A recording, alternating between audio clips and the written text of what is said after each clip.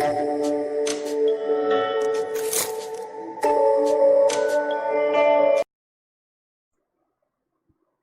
this is Babu sir from Babu sir's group tuition. This is the fourth and last video for sums of gravitational force. The last part of the sums that was left was about the small g. The small g tells us about the Earth's gravitational pull that we are studying from childhood, that it is around 9.8 meter per second square. It is different at different places, or you can call it acceleration due to gravity.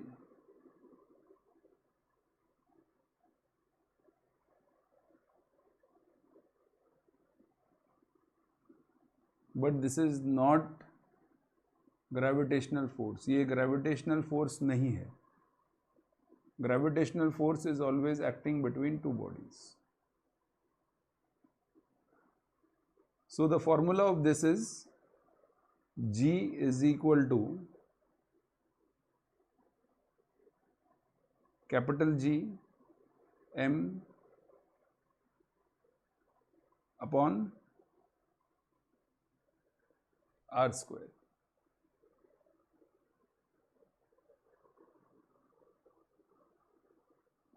Now G is the gravitational constant that we know. It is around 6.7 into 10 raised to minus 11 Newton meter square per kg square. So this is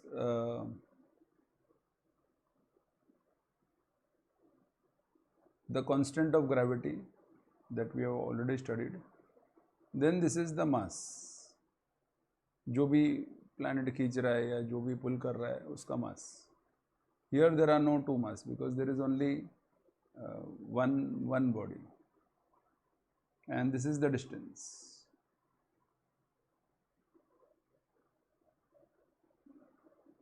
And G is the gravity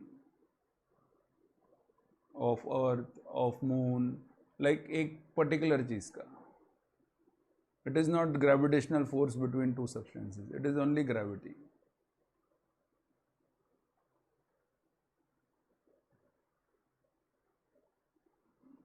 So let's study this part.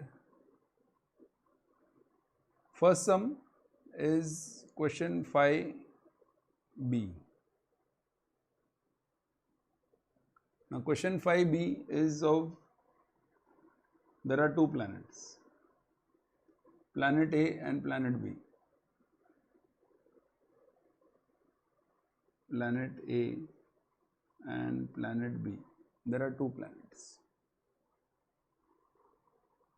Now what is happening here is,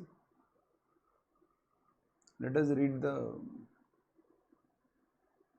sum properly. अब जो planet A है इसका radius और planet B का radius, the radius of planet A is half of radius of planet B. तो planet B, radius of planet A is half radius of planet B. तो जो भी B का है A उसका हाफ है.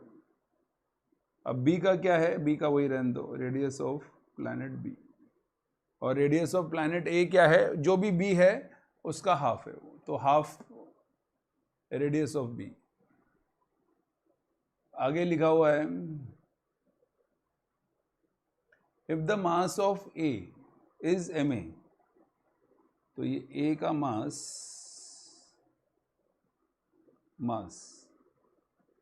इज ma, रहने दो ma क्या हो गया,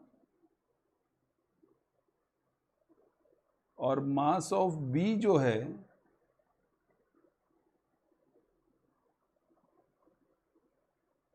तुमको फाइंड आउट करना है, मास ऑफ बी तुमको ढूंढना है। मास ऑफ ए मालूम है, क्या मालूम है? Mass of A is M A होने दो। अब mass of what must be the mass of B, मतलब मास ऑफ बी ढूंढना है तुम्हारे को।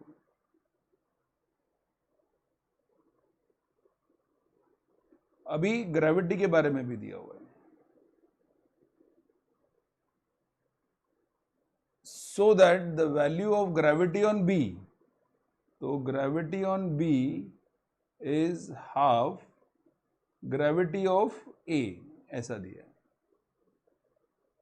तो b है हाफ ऑफ ए का उतना ही ले लो, फिर ए का तो वही है ए, और b क्या है? b उसका हाफ है।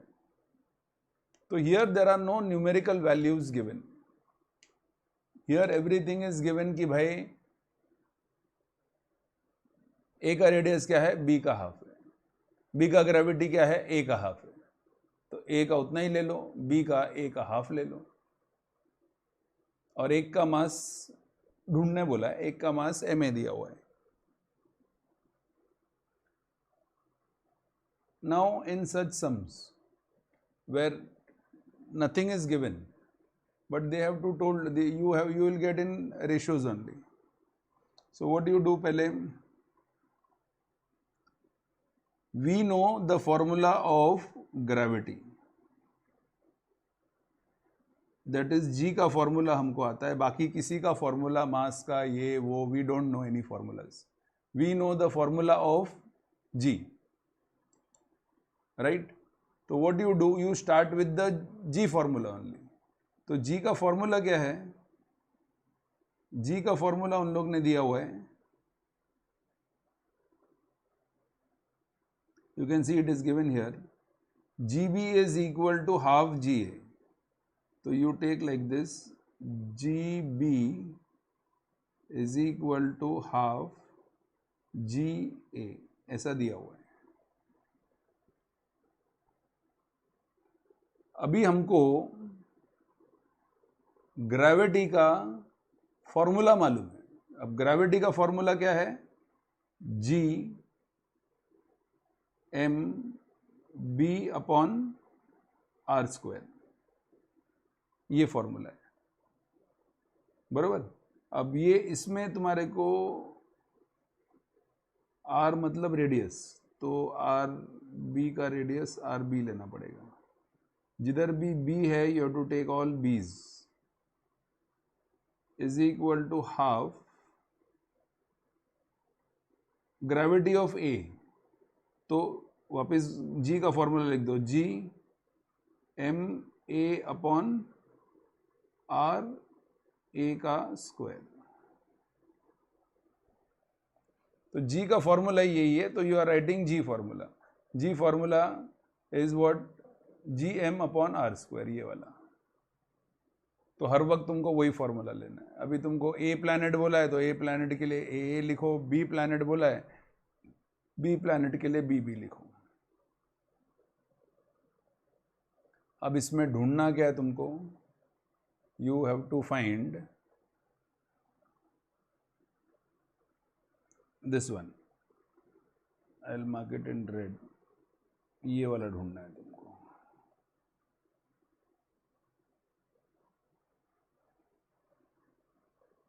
तो इसको छोड़ के बाकी सब उधर भेज दो, तो M B is equal to half, जो उधर के है वो पहले लिख दो, G M A upon R A square. अब ये जो आर बी स्क्वायर है नीचे, उसको वो ऊपर चला जाएगा,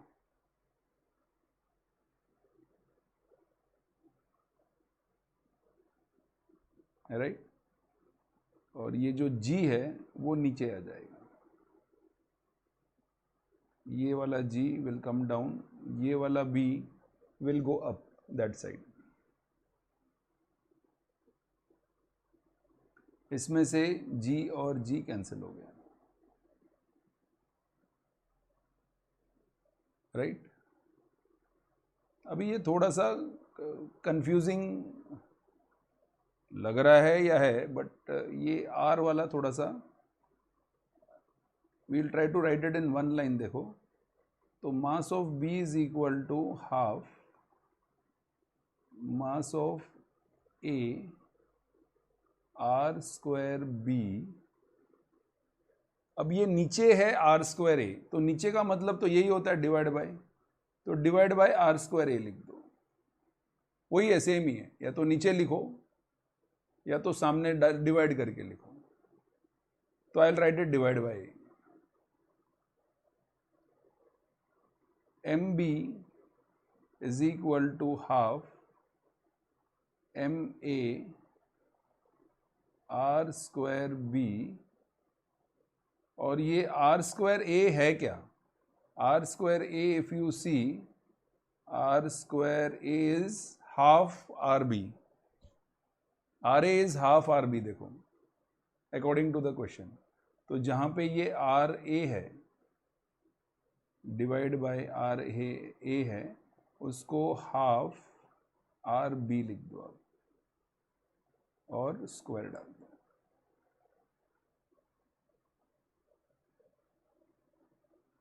right, I will write it this side. Wait, तो एम बी जो था is equal to half M A, उसके बाद R square B divided by R square A था।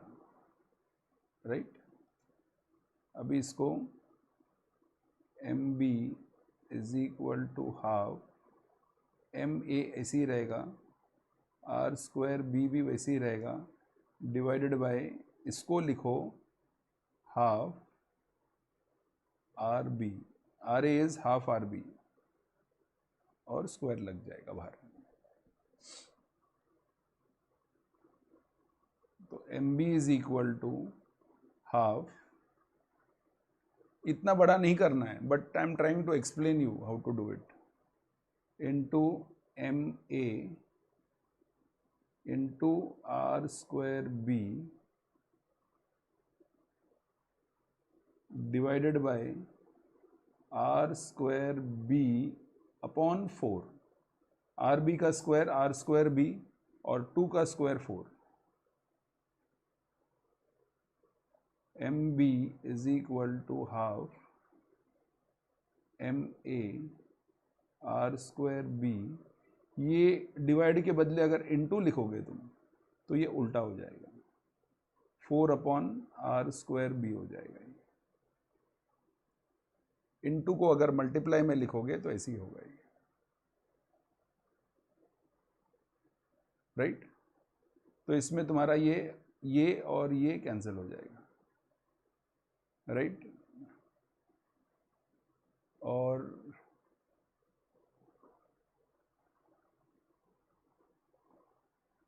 आई will write it again. Wait, तो यहाँ पे क्या था, एम बी था is equal to half M A into R square B into, ये उल्टा हो गया देखो, 4 अपॉन आर स्क्वायर बी। तो ये हो जाएगा यहाँ पे into 4 upon R square B, जिसमें ये आर स्क्वायर बी कैंसिल हो गया तुम्हारा, 2 2 ज़ा 4 हो गया। अभी एम बी क्या है, M B is equal to 2 M A. M B ही ढूंढना था तुमको, तो तुम्हारे को रेशियो में आंसर आ गया। एम बी क्या है, डबल ऑफ एम ए, क्योंकि बाकी सब भी तुमको यही दिया है, ये उसका हाफ है, ये उसका हाफ है, तो आंसर भी ऐसे ही आएगा। ये देखो, ये आर बी का हाफ है, जी ए का हाफ है, तो एम बी क्या होगा, एम बी एम ए का डबल हो जाएगा. So when you see this sum, you start solving because you know only G का फॉर्मूला. तो यू स्टार्ट विथ जी का फॉर्मूला से ही चालू करो. ऐसे जी के फॉर्मूला में तुमको एम बी ढूंढना है, एम बी यहाँ रख के बाकी सब चीज़ को वहाँ भेज दो. And then from the question written below एक एक वैल्यूज लिखो, कैंसिल करो, तुमको आंसर आ जाएगा. This is the fourth some. Sorry, this is the 5B sum. 5B is on gravity, gravitational pull, not gravitational force. Now one more sum you have on gravitational pull, that is not in the numericals, but you have it in question number 3. You have it. Question number 3 में पूछा है तुमको, explain why the value of G is 0 at the center of the earth. अब value of G क्या है? Gm upon r square.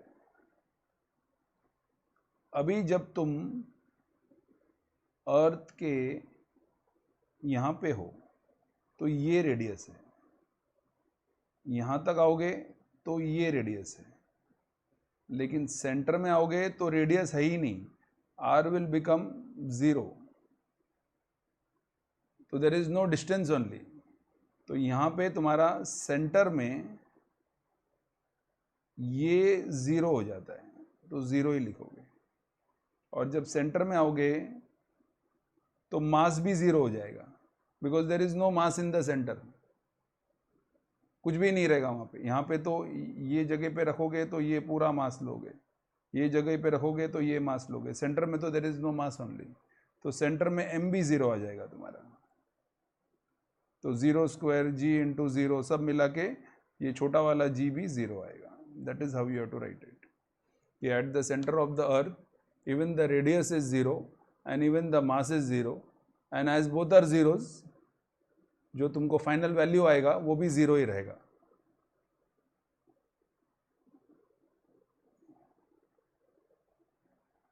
Now almost we have finished all sums.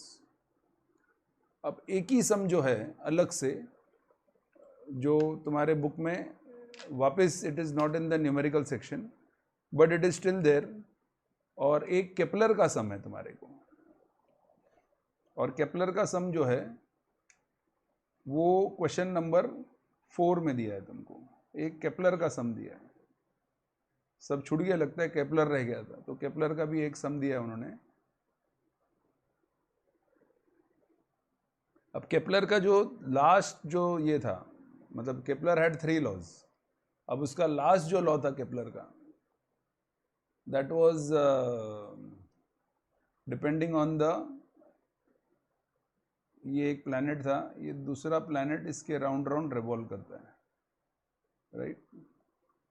अब इसका जो रेडियस है और इसका जो टाइम है, टाइम और ये जो डिस्टेंस है, ये जो डिस्टेंस है, इसको उन लोग ने,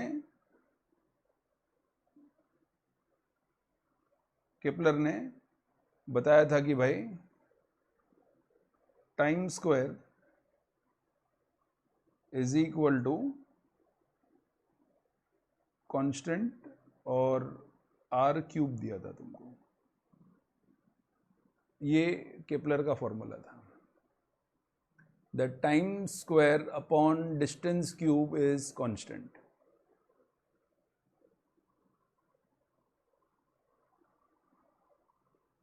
तो ये 4th क्वेश्चन है. In this it is only इतना ही दिया है बस, और कुछ नहीं दिया है. तो यू हैव टू, ये मतलब केपलर का लॉ ही वैसी है कि भाई देर इज समथिंग रिवॉल्विंग और रेडियस दिया रहेगा, डिस्टेंस दिया रहेगा और टाइम दिया रहेगा.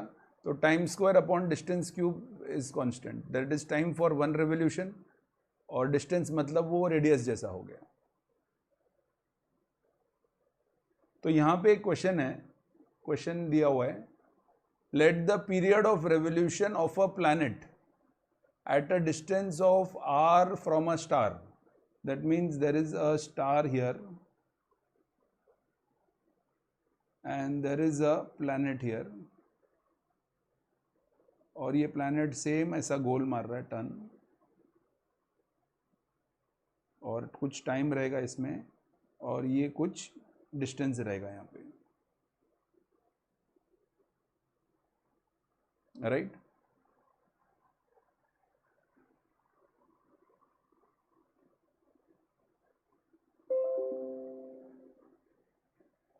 So what is told to you?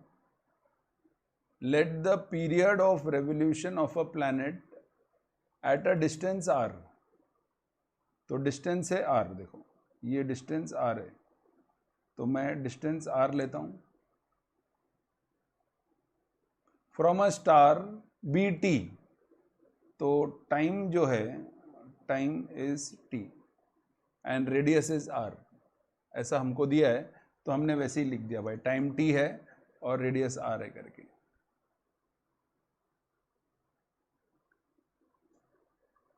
Prove that if it was at a distance of 2r, अगर हम लोग, देखो इसको कुछ भी मत करो, what you do is, पहले हमारे पास r था, distance was r, अभी न्यू जो चेंज हो गया है तो they are telling now the distance is 2r, r से 2r कर दिया हमने। तो हम लोग जब पहले का फॉर्मूला लिखेंगे तो we'll write t square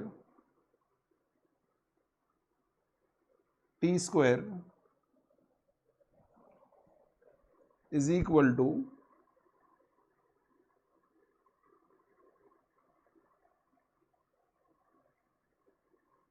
kr cube, this is the old one, old है ये पुराना, अभी हम लोग कुछ नहीं कर रहे, देखो यहाँ पे हम लोग सिर्फ रेडियस पुराना r था, अब वो रेडियस को हमने डबल कर दिया बस, और बता रहे कि बताओ इसका इफेक्ट क्या है करके। तो हमने भी क्या ले लिया, हमारा फॉर्मूला ले लिया जिसमें ओल्ड रेडियस है, ये तो फॉर्मूला है, ओल्ड रेडियस है r, तो ओल्ड रेडियस हम लोग r ले लेंगे ऐसा, राइट, ये फॉर्मूला है, ओल्ड वाला रेडियस r है, तो ओल्ड रेडियस हमने r ले लिया, तो ये ओल्ड कॉन्फ़िगरेशन आया हमारे को, पुराना वाला, राइट। अभी हम लोग न्यू वाला कर रहे हैं, न्यू में हम क्या कर रहे हैं, we are changing r to 2r, r को हम लोग चेंज करके 2r लिख रहे हैं, तो t square is equal to k 2r cube, ये हम लोग ने न्यू किया है, चेंज कर दिया हमने, चेंज किया तो मैं यहाँ पे t न्यू लिखता हूँ, ये नया वाला है ना, तो नया वाला आ गया t न्यू, नया वाला न्यू वाला t है हमारा, ये है r के बदले 2r है, तो नया वाला जो t आ रहा है तुम्हारा 8r क्यूब आएगा, राइट। सो नया वाला t तुम्हारा 8r क्यूब आएगा, 2 का क्यूब 8 और r का क्यूब r क्यूब,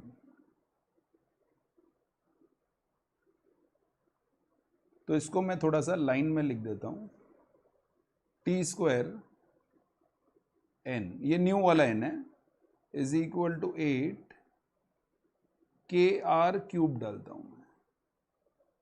अभी हमको ढूंढना है, क्वेश्चन ये है कि भाई पीरियड ऑफ रेवोल्यूशन कितना है, ये जो नया पीरियड ऑफ रेवोल्यूशन है ना, ये कितना है, Tn कितना है। अभी कोई नंबर तो नहीं दिया है हमको, तो हमको रेशियो में ही आएगा कि Tn T का हाफ है, जैसे लास्ट टाइम आया था। तो पहले ये Kr हटा के अपन T डालेंगे, तो हमारा जो T है, देखो T दिख रहा है, ये जो T स्क्वायर है ये Kr क्यूब था, तो Kr क्यूब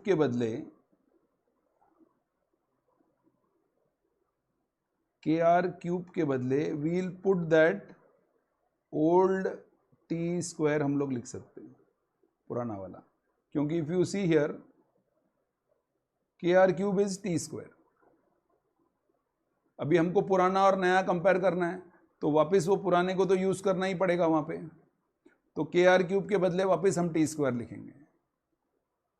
अभी हमको ढूंढना है Tn, we want to find the new, old तो हमको मालूम है, ओल्ड टाइम इज T, अब न्यू टाइम कितना है वो ढूंढने का, तो new time is equal to, यहां से अगर स्क्वायर हटता है तो यहां पे रूट आएगा, तो न्यू टी स्क्वायर का रूट आएगा T, और रूट 8 का रूट ढूंढो ही मत, सेम लिख दो, तो ऐसा आएगा तुमको। तो नया T क्या है, रूट 8 पुराना वाला T। Again if you see this entire thing, it is a little bit confusing type, कि भाई ये क्या है, क्वेश्चन है कि there is a star and a planet, there is a star and a planet, उसमें तुमको दिया हुआ है कि रेडियस r है और टाइम t है। अब टाइम को छोड़ दो, अब रेडियस को उन्होंने क्या कर दिया, डबल कर दिया, रेडियस को डबल कर दिया, देखो नया चेंज, रेडियस को डबल कर दिया, तो नया t कितना होगा, तो हमने पुराना t तो लिख दिया यहाँ पे फॉर्मूला डाल के, और जब नया T लिख रहे हैं तो वो जो पुराना R था उसके बदले 2R लिख दिए, and then we substituted it, और लास्ट में फिर वापस उसको T हमने यूज कर दिया। तो I have tried to explain you, till and unless you do this yourself, तुमको बरोबर से आएगा नहीं, तो खुद करो। ये मैंने तुम्हारे को जो भार के जो सम्स है एक्सट्रीम, वो भी तुमको अभी करके दे दिए मैंने। So in this part 4 we have now done the entire parts, सारे सम्स भी कर दिए हमने। अभी ये जो भार के थोड़े थोड़े, ये जैसे कंपैरिजन टाइप है, इट इज जस्ट लाइक इसको डबल किया तो वो कितना हो गया ये, so that also we have done.